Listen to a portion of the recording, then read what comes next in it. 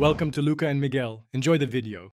You're starting a factory reset on a Nest Mini. First, make sure it's plugged into power and not moving.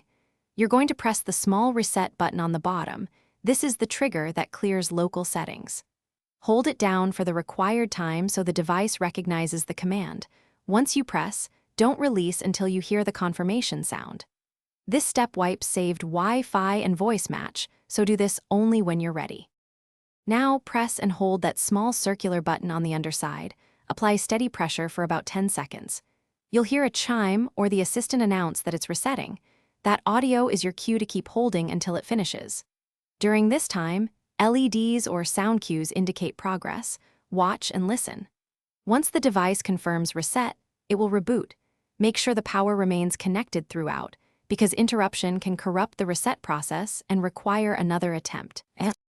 After the reset completes, the Nest Mini reboots into setup mode. Open the Google Home app and follow prompts to add the device again. If it doesn't show up, make sure your phone's Bluetooth and Wi-Fi are enabled, then retry the reset process. If the reset repeatedly fails, try a different power cable or outlet. Once done, make sure to note any error tones. If problems persist, contact support with the device serial and a brief description of. Thanks for watching and please subscribe. It's the best investment you'll ever make.